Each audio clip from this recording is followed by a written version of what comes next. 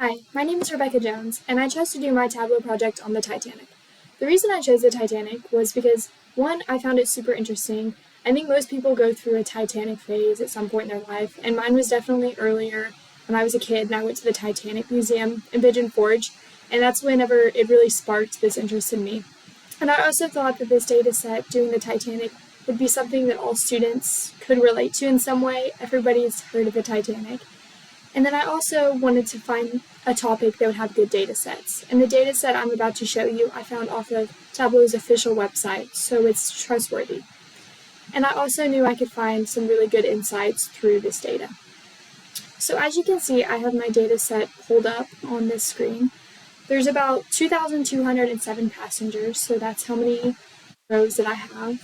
And in these columns, I have the names of each passenger and crew member, the gender, their age, their class, or their crew title, the embarked, that is one of the 3 ports they embarked from, country, that is the country they embarked from, ticket number, fare, the cost of their ticket, SIPS SP, that is the number of siblings or spouses on board, PARCH, that is the number of parents or children on board, and then we have survived as a yes or no. And I also had 3 questions in Module 1 that I wanted to answer through my data set and through my dashboards and story. The first one is, where did most passengers come from? That is through the embarked section of the data. Next, what is the average survival for each gender and each class? And then lastly, does having more parents or children on board increase or decrease the likelihood of survival?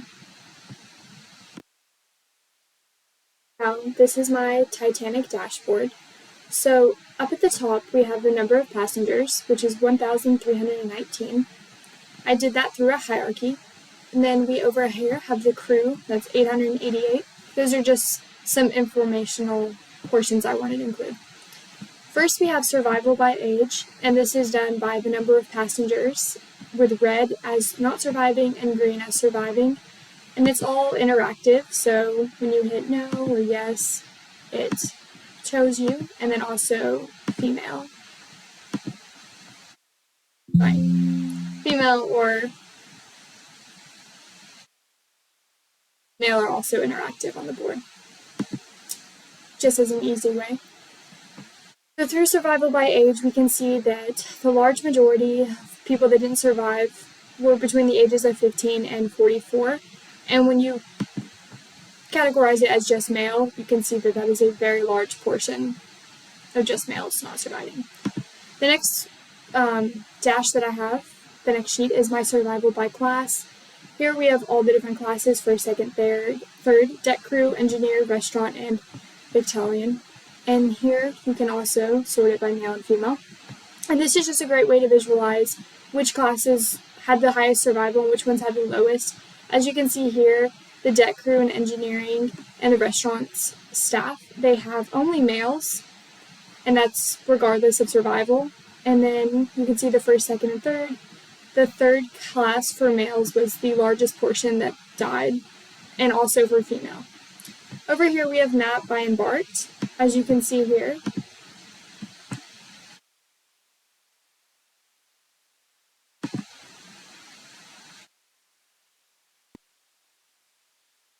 As you hover, you can see which countries and also the count of the number of people. And the most embarked is America, with 264 passengers coming from. And it's just very interactive and nice. And on this last sheet, we have survival by family size. This is what answers that last question about, does having more parents or children on board increase your likelihood of survival? And as you can see here, as the number of parents or children increase, you get to about 4, and that's when your survival rate gets cut tremendously, from around 0.6, so 6%, to about a 2% chance of survival. And then the more parents or children you have, let's say you have your 2 parents and maybe 2 or 3 siblings, your likelihood of surviving is incredibly low regardless of which class you were in. Okay, so now we're going to dive a little bit into the story, and we're going to answer the module questions a little bit more. So firstly, starting with our map, the first question was, which country did most passengers embark from? As I mentioned earlier, I kind of gave it away, but it is America. But this is kind of a little bit of a better overview of where passengers are coming from. And as you can see, it's very largely America with 264. And so our next question is, what was the average survival age for each gender in each class?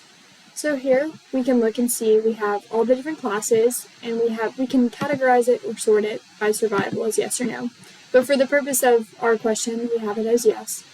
And so it's pretty interesting to see here that the average survival age for both males and females is about at 30 years, regardless of the class. And as we mentioned earlier, the third class passengers, both male and female, were the largest portions of passengers to pass away on the ship, and their average age, however, of survival is around 22, which is a little bit younger than the average survivals of the other classes. And first class, which of course we all know has the most survivors, is around age 37 for female and 36 for male, which is incredibly interesting considering most younger people seem to have survived on these other classes, but the average age is a lot higher for first class, which may indicate that a lot of more wealthy people with higher ticket fares, of course, as first class, got better privileges to the lifeboats, indicating why they survived. And as we mentioned before, here's the survival by family size, with the question of, does having more parents or children on board increase or decrease the likelihood of survival?